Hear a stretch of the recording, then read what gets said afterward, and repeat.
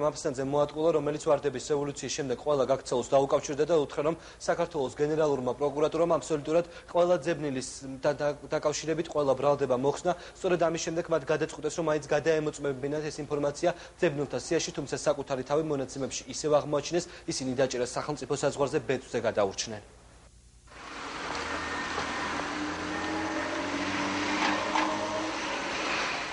1992 წლის 15 იანვარს ვიადგამსახურდიას 4 მომხრე ზუგდიდში უშიშროების სამმართველოში შეიჭრა. თანამშრომლებს იარაღი წაართვა და გაიქცა. მაშინ სამართალდამცველებმა მხოლოდ 2 დამნაშავის ვინაობა დაადგინეს, თუმცა ვერავინ დააკავეს.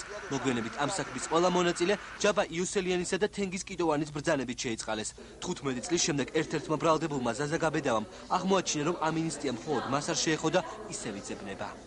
ბატონი გურამი იყო აფსანზე ჩამოსული, მე შევხვდი თვითონ და მითხრა, რომ ყველას უკვე ძებნა მოგიხსნეს, ამინისტია მოგიხსნეს, მე არაფერს აზე არ ვიყავი. ჩემ დასწროვე მივიდა ზუგდიდის მილიციაში და ეს იყო, რომ იქ ფორმა ნომერი 9 არ მიმგონი ხო, რომ ესე იგი რომ ითხოვა, იქ მიწერილი იყო უკან, რომ ესე იგი იძებნება. გაბედავა ახლა მოსკოვში ცხოვრობს და პროკურატურას იქიდან უჩივის. მან უკვე გამოითხოვა საქმის მასალები, სადაც აღმოაჩინა, რომ თურმე ზუგდიდის ქუჩებში თვითნაკეტი ჯავშან ტრანსპორტიორით მოძრაობდა.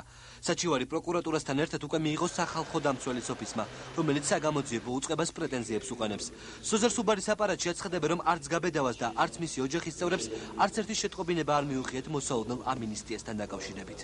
ბატონი ზაზა გაბედავა ამ პერიოდში როგორც თავად აცხადებს, ჯერ კიდევ საქართველოში იმყოფებოდა, თუმცა მისთვის არავის არ უცნობებია იმ შესახებ, რომ ის დანაშაულის ჩადენაში იყო ეჭვიტანილი ან ბრალდებული. ამ საქმეში არ არსებობს არც ერთი მტკიცებულება, რომელიც დაასაბუთებდა, რომ ზაზა გაბედავას აცნობეს მის მიმართ სამართლებრივი დევნის წარმოების შესახებ. ანუ არ არსებობს უწყება, რომელთაც თქვათ გაუმძებელი დაიბარებდა, ან თქვათ არ არსებობს სატელეფონო შეტყობინება, რომელზეც ოქმი უნდა იყოს შედგენილი და ოქმი არ დევს სისხლს სამართლის საქმეში.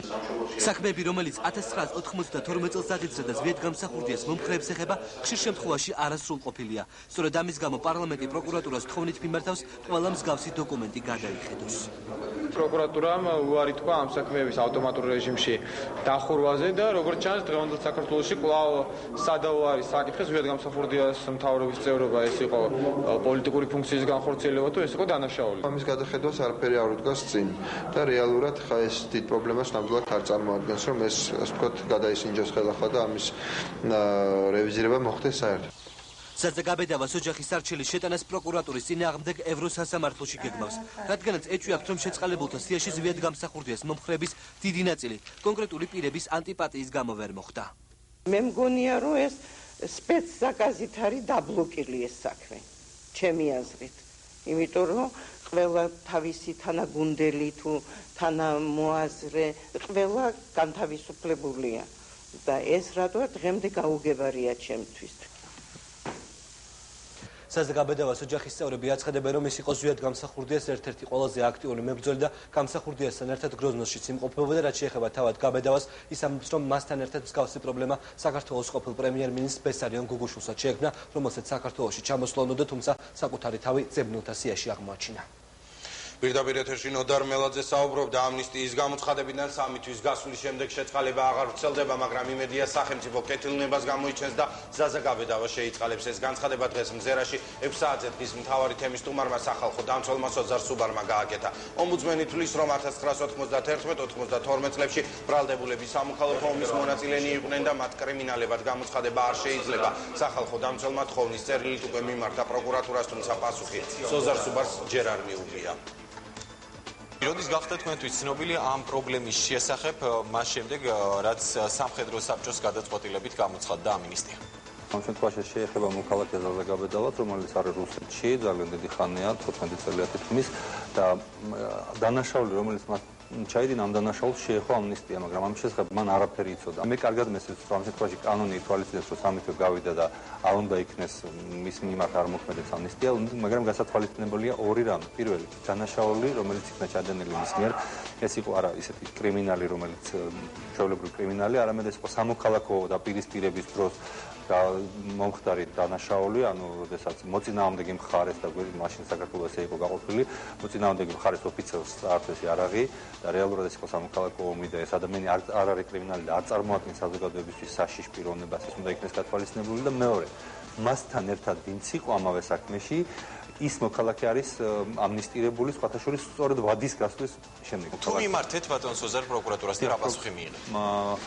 პროკურატურაში წერილი თხოვნით ამ შემთხვევაში რეკომენდაციას ვერ გავიგზავნეთ, გაიგზავნა დღეს ჩვენი მხრიდან, თუმცა ზეპირად როცა გადავამოწმეთ, მის მიმართ არის გამოცხადებული ზებნა და ეს ზებნა არის კანონიერი, ანუ ამ შემთხვევაში პროკურატურა აკეთებს იმას, რასაც უნდა აკეთებდეს, თუმცა მიმაჩნია, რომ ამ შემთხვევაში შეიძლება ზემოთ ჩამოთვლილი ფაქტორების გათვალისწინება და ამ პირის მიმართ ამნისტიის აქტის განხორციელება. გამოითქვა ყოველ შემთხვევაში ის ვერსია, რომ ამინისტია მაშინ გამოცხადდა შერჩევით, ანუ ის გარკვეული პირები შერჩევით მოხვდნენ იმ სიაში და გარკვეული პირები სპეციალურად არ მოახვედრეს ამინისტირებულთა სიაში. თქვენ თუ გაქვთ ამის შესახებ ინფორმაცია? ინფორმაცია არ მაქვს, მაგრამ დანაშაული, რომელიც ბატონმა გაბედავამ ჩაიდინა, შედის ამნისტიის რებულთა სიაში. ის ფაქტი, რომ მას არ შეატყობინეს, შეიძლება ჩავთვალოთ როგორც რაღაც განზრახულ ქმედებად, თუ ეს უბრალოდ გამორჩა მაშინდელ გამოძიებას, ეხლა ამაზე შეიძლება შორს წაგვიყვან. გაბედავის დანაშაულობა მხოლოდ სახელმწიფოს კეთილნებაზეა ეხლა დამოკიდებული. თუ იქნება ისევ კეთილნება, იმ შერიგების კომისია, რაც მუშაობდა ადრე და რაც განხორციელდა არაერთი პირის მიმართ, თუმცა იმ ფარგლებში იქნება შეწყალებული. ბენ ლადენი ჩემი მოსწავლე უნდა ყოფილიყო. სისხლის სამართლის საქმეები, რომელიც 15 წლის შემდეგაც არ შეწყვეტილა ზვიად გამსახურდიას დევნილობაში მყოფი მთავრობის წარმომადგენლები თბილისში ჩამოსვლას ვერ ახერხებენ. გოჩაბახია ექსკლუზიური ინტერვიუ ადამიანთან, რომელმაც გამსახურდიას შესახებ ბევრი იცოდა და რომელიც ბევრი საინტერესო დეტალის შესახებ მხოლოდ პროკურატურას მოუყვება. ვრცლად საღამოს 8 საათზე გაუხმაურებელი საქმის ახალი დეტალები. ყოფილი ნაწილი დღეს სამშობლოში დაბრუნებას და პირველი პრეზიდენტის უკანასკნელ გზაზე გაცილებას ვერ ახერხებს. ათობით ადამიანს ამ დრომდე პოლიტიკური დევნილის სტატუსი აქვს გენერალურ პროკურატურას, მათ წინააღმდეგ 15 წლის წინაღწრული სისხლის სამართლის საქმეები დღემდე არ შეუწყვეტია. გამსახურდიას მთავრობის მაღალჩინოსნები და პრეზიდენტის რიგითი მხარდამჭერები მოვლენებს ევროპიდან და ამერიკიდან აკვირდებიან. გოჩაბახია ის ზვიად გამსახურდიას ერთ-ერთი ყველაზე ახლო თანამებრძოლი იყო. დღეს თავს ჰელსინკს აფარებს და 15 წლიანი დუმილის შემდეგ პირველად პასუხობს შეკითხვას მოკლეს თუ თავი მოიკლა. სამეგრელოს ამბოხის ერთ-ერთმა ხელმძღვანელმა დღეს მზერას ექსკლუზიური ინტერვიუ მისცა და ყველა დეტალი გაიხსენა. ის რაც ბახიამ ტელეკამერების წინაშე არ თქვა, პროკურატურის გამომძიებლებს ეტყვის. იმ შემთხვევაში თუ ვინმე მისი პერსონით დაინტერესდება. მზერა ჰელსინკიდან ნოდარ მელაძე გვერდობა პირდაპირ ეთერში. ნოდარ, გისმენთ. ზვიად გამსახურდიას მიგრაციაში მყოფი მთავრობის წარმომადგენლები მზად არიან პროკურატურასთან ითანამშრომლობენ და ის ექსკლუზიური ინფორმაცია მიეწოდონ, რომელიც საქართველოს პირველი პრეზიდენტის გარდაცვალებასთან დაკავშირებით გააჩნიათ. თუმცა ეს ყველაფერი მას შემდეგ მოხდება, რაც პროკურატურა ამ ადამიანების წინააღმდეგ სისხლის სამართლის საქმეებს შეწყვიტავს და მათ ძებნილად უკვე აღარ გამოაცხადებს. როცა ეკითხავთ საქართველოს პროკურატურის მონაცემებს, ესე ბენ ლადენი ჩემი მოსწავლე უნდა ყოფილიყო. გამსახურდიას მხარდამჭერები, რომლებიც საქართველოსთან პოლიტიკური დევნილის სტატუსით გაიხსნენ, სამშობლოში დაბრუნებას ვერც 14 წლის შემდეგ ახერხებენ. სისხლის სამართლის საქმეები მათ წინააღმდეგ არც არავის შეუწყვიტავს და არც ჩვენების ჩამოსართმევად დაკავშირებია ვინმე. პირველი პრეზიდენტის ხსოვნისათვის პატივის მისაგებად დღეს ამ გრძელ რიგებში მისი ყველაზე ახლო თანამებრძოლები არდგანან. თხოვე რომ მე ვთხარი განიხილეთ ჩემი საქმე. ან წამომიყენეთ ბრალდებები და მე მზადა ვარ. მე ვცხოვრობ კანონიერ ქვეყანაში, ფინეთში, სადაც ესე იგი კანონი და კონსტიტუცია მოქმედებს და თუ მართლა დამნაშავე ვარ, დაიწყეთ ექსტრადიციის პროცესი. გოჩაბახია დღეს ფინეთში ცხოვრობს, თუმცა მზად არის გამსახურდიას სიკვდილის დღემდე ბურუსით მოცული დეტალები ქართულ სამართალდამცველებს გაუმხილოს. ისაც სამეგრელოს აჯანყებისა და გამსახურდიას გროზნ და საქართველოში ჩამოყვანის ორგანიზატორმა იცის, დღეს ხვებისათვის გრიფით საიდუმლოა. ეს ოპერაცია, რომელიც ისახავდა ზვიად გამსახურდიას განადგურებას, დიდი ხნის წინათ იყო ჩაფიქრებული და ასე იგი ფაქტიურად ადამიანი მიყვანილი იყო სიკვდილის ზღვარამდე. ახლა ვინ გააკეთა, ვინ ესროლა, ვინ კერძოდ რომელი ვარიანტი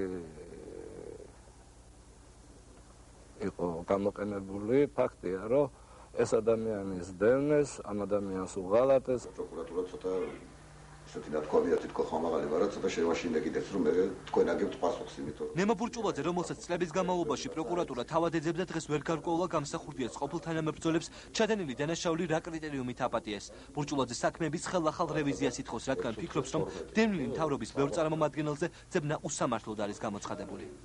ან უნდა ვიცოდეთ რა ხდება ამდენი ხნის შემდეგ და რატოა ეს სისხლის სამართლის საქმე აღწრული.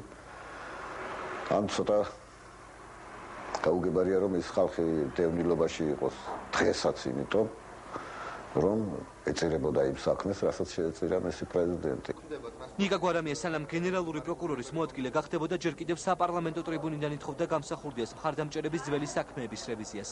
გვარამია პროკურატურაში წავიდა და ახლა ზვიადისტები მათი საქმეების გადახედვას უკვე ზურაბ ადეიშვილის ახალი მოადგილისაგან ითხოვენ.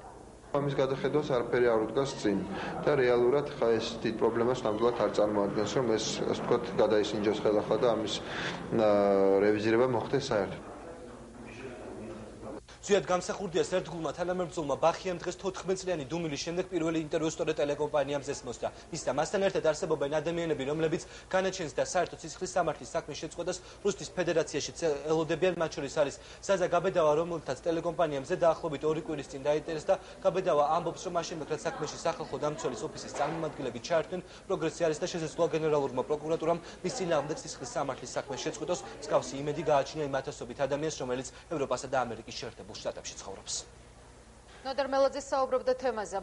საქართველოს პირველი პრეზიდენტის ნეშტ კოლხური კოშკიდან სვეტი ცხოვლის საკათედრო ტაძარში შაბას დილის 8 ნახევარზე გადაასვენებენ. დაკრძალვის დღეს კი პროცესია დილის 10 საათზე სვეტი ცხოვლიდან მცხეთის ხიდამდე ფეხით გამოემართება. მსვლელობა უკვე თბილისში რესპუბლიკის მოედნიდან გაგრძელდება და პარლამენტის წინ შეჩერდება, სადაც საზოგადოება ზვიად გამსახურდიას გამოეთხოვება. ამის შემდეგ ჩიტაძის ქუჩით საქართველოს პირველ პრეზიდენტს საბოლოო განსასვენებლამდე მიაცილებენ. სამოქალაქო პანაშვიდი კი დღეს დაგეგმილზე 4 საათით ადრე დაიწყო ოჯახს რიგით მოქალაქეებთან ერთად პარლამენტარებმაც მიუსამძიმრეს. დღეს პირველი პრეზიდენტის განსასვენებელთან წითელ ჩოხებში გამოწყობილი საპატიო ყარაული დადგა. გიორგი გამსახურდიამ კი როსტოვის ექსპერტიზასთან დაკავშირებით კიდევ ერთი კომენტარი გააკეთა. ოჯახი ექსპერტიზის დეტალებს მას შემდეგ გაახმაურებს, რაც ექს-პრეზიდენტი დაიკრძალება. ვანო მაისურაძე გვერდება პირდაპირ ეთერში. ვანო, გისმენთ. ზვიად გამსახურდიას ნეშტის მცხეთაში გადასვენების და დაკრძალვის ცერემონიის დეტალებთან დაკავშირებით გამსახურდიების ოჯახიდან დღეს ჟურნალისტებთან მხოლოდ და მხოლოდ გიორგი გამსახურდია საუბრობდა. სწორედ მან და სახელმწიფო კომისიის წევრმა კობა სუბელიანმა შეუთანხმეს ანა ნარჩვაძე გამსახურდიას ხვალინდელი და ზეგინდელი ცერემონიის დეტალებს. დროშები, ყვავილები და ჩოხაში გამოწყობილი საპატიო ყარაული. ზვიად გამსახურდიას სამოქალაქო პანაშვიდი დღეს დაგეგმილზე 4 საათით ადრე დაიწყო. საქართველოს პირველი პრეზიდენტის ოჯახს დღეს პარლამენტარები, გამსახურდიას თანამოაზრეები, ახლობლები და უბრალო მოქალაქეები უსამძიმრებდნენ. აი დღევანდელ დღეს ერთხელ კიდევ ზვიადემ ისევ გაერთიანა მთელი ქართველი ხალხი. ძალიან დიდი სიყვარულით, ძალიან დიდი სინანულით და ძალიან დიდი წუხარებით ზვიადის მიმართ, მაგრამ მაინც გახარებული ვართ, რომ საქართველოს დაუბრუნდა მისი შვილი და მისი საფლავი საქართველოში იქნება ბოლოს და ბოლოს. რომელი სკოლიდან ხართ? ნოეზორდანიას სახელობის ქართულ-ფრანგულ სკოლაში. და თქვენ ესე ორგანიზებულად თქვენი ინიციატივით წამოხდით? დიახ.